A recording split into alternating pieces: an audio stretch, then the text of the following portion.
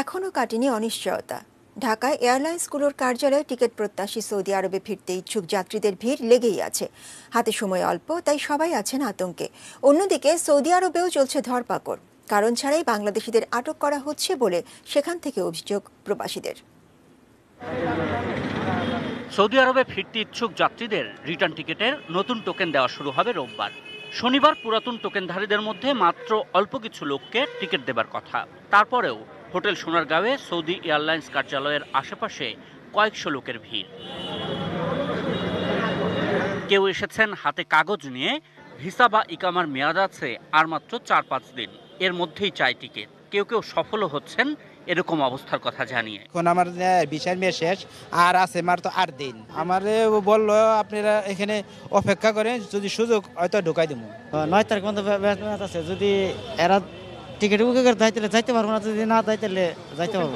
টোকেনও পাইনি, আজকে ১৪ দিনে এখানে ঘুরতেছি, টোকেন লইতে পারতেছি না। কেউ বা ভিসার মেয়াদ, ইকামার মেয়াদ বাড়িয়েছেন কফিল বা কর্মদাতার সঙ্গে যোগাযোগ করে। তাদেরও ফিরতে হবে ১৫ দিন বা ১ মাসের মধ্যে। তারাও ভিড় করছেন কবে পাবেন টিকিট তা জানতে। এখন ১ মাস ছুটি বাড়াইছি, আমি বাড়াইয়া পেপার নিয়ে আইছি। এখন বলতেছে কালকে টোকেন দিব। আমি যেভাবে করে এনেছি না, যাদের ভিসার মেয়াদ চলে গেছে এরা এভাবে আনতে হবে, তাহলে সৌদি আরব যাইতে পারবো না। ভিসার মেয়াদ শেষ হয়ে গেছিল, তো আমার কোম্পানি বাড়াই দিছে, আগামী মাসের ১৬ তারিখ পর্যন্ত টাইম আছে। করোনা পরিস্থিতির কারণে অনেক প্রজেক্ট হয়তো বন্ধ হয়ে গেছে বা অনেক জায়গায় সে স্পন্সরের কাজ নাই, সেই কারণেই হয়তো অনেক স্পন্সর তার ভিসাটি রিনিউ করে দিচ্ছেন না। তবে এই ব্যাপারে আমাদের একটু ধৈর্য ধরতে হবে এবং কূটনৈতিকভাবে প্রচেষ্টা চালিয়ে আমাদের দূতাবাসের মাধ্যমে সৌদি সরকারের সাথে সেই অনুরোধটি করে যাতে এই কর্মীরা পরবর্তীতে যাওয়ার সুযোগ হয় সেটি করতে পারে। কেউ কেউ প্রতিদিনই আসছেন, কোনো দিন কোনো সুযোগে যদি নির্ধারিত সিরিয়ালের বাইরে কেউ টিকিট পেয়ে যায় এই আশায়। এখন টোকেন আজকে দিবে না কালকে দিবে, দিনের পর দিন ঘুরতেছি। আজকে দীর্ঘ 10 দিন হলো এখানে। ১০ তারিখ পর্যন্ত আজকে ঢুকাইছে, যদি চান্স লাগে, কপাল লাগে, তাহলে আসি, ওই আশায় আছি আর কি। আবার কেউ দেশে এসেছেন অন্য এয়ারলাইন্সে, যেগুলো এখনো বন্ধ, কিন্তু ফিরতে হবে দ্রুত, তাই ভিড় করছেন। জানতে চাইছেন অন্য এয়ারলাইন্সের ফিরতি টিকিটের কি হবে। যারা কুয়েতে আসে তাদের জন্য কি ব্যবস্থা নেওয়া হয়েছে? তারা কি সৌদি আরব যাবে না?